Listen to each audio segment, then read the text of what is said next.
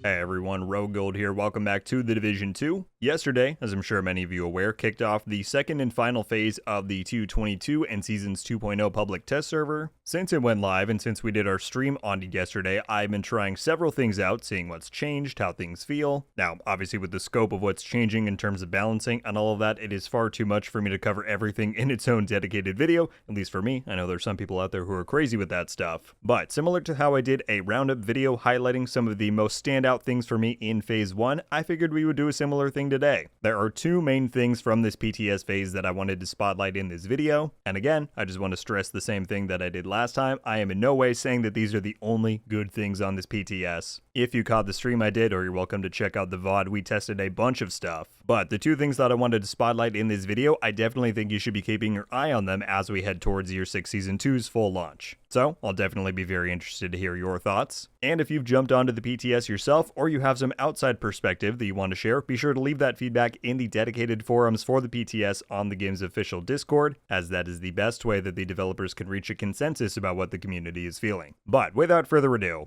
let's go.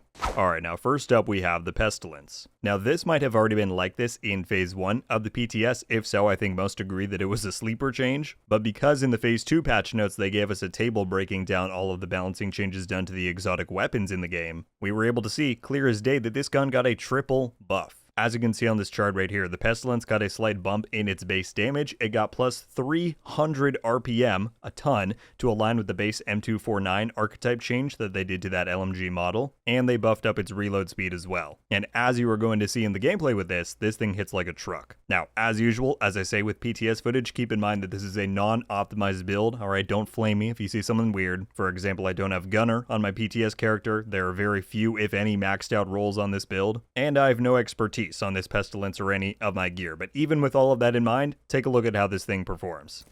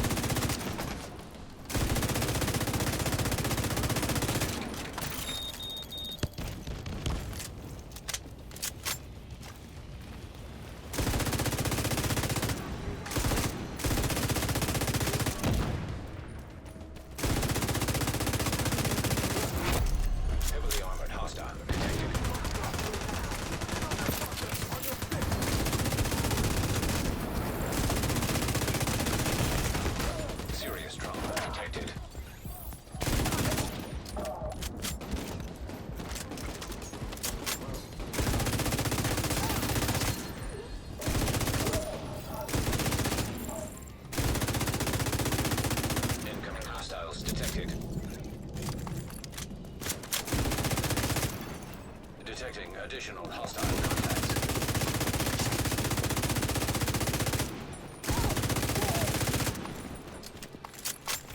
Alright, now the other thing that I wanted to highlight was seasonal modifiers. Now you might be wondering, why? Aren't these relatively the same as they were in phase 1? Yes, although there were a few key changes. On the hostile modifier side, Stellite Coating, which was the heavily feedbacked one, which had to do with enemies getting shields at different ranges, that you had to be within that specific range in order to break it. That got nerfed in its lethality. They also implemented some new UI so that it's easier to take on. They also retooled the entire distribution of the 4 different hostile modifiers, kind of just made it fairer for the player, right? So that all works a lot more seamlessly, in my opinion. But on the player side, they made farming these modifiers in the PTS much easier and faster so that we could actually test them out. Very glad that they did that. Just note that it won't be this easy in the live game, so don't expect to have this many this quickly once the update goes live. But because they did that, I finally got to unlock and try out some of the active modifiers, which I did not in phase 1, right? These are the abilities that we get to physically activate under this system. And I'm telling you guys, I was not ready for how powerful these things are. Now, we've had very limited playtime so far, so this could change, but in my opinion, the standout one here is called All Out, and it reads, when activated, you will have 10 seconds to eliminate an enemy in any range zone. The zone that enemy was killed in will now count for the full range spectrum, but this effect will slowly decrease. For each 5% it decreases, you receive 5% increased weapon damage. Eliminating additional enemies restores 2.5% of the effect. So, to showcase this to you quickly within the shooting range, you'll see that this now integrates with the new seasonal UI on your crosshair. And I have to give a shout out here because I think the UI team killed it this update with all of the integration of this new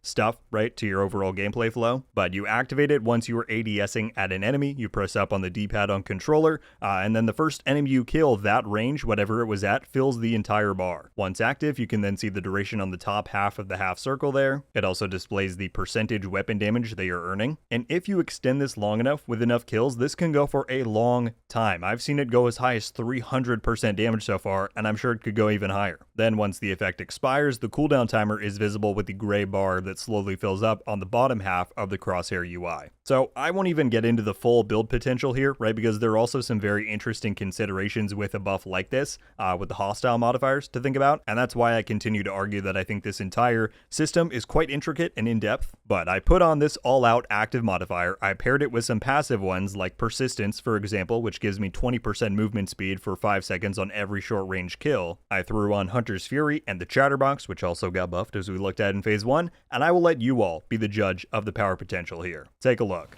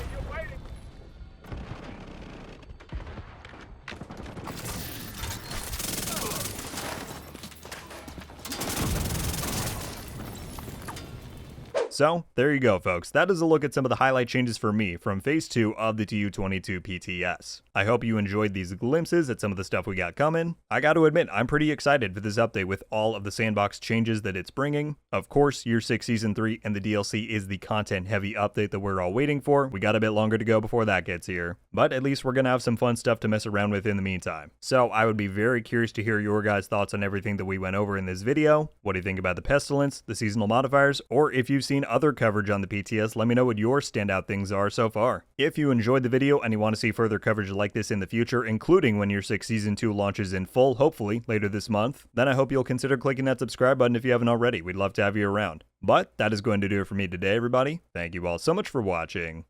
I'll see you in the next one. RogueGold. Out.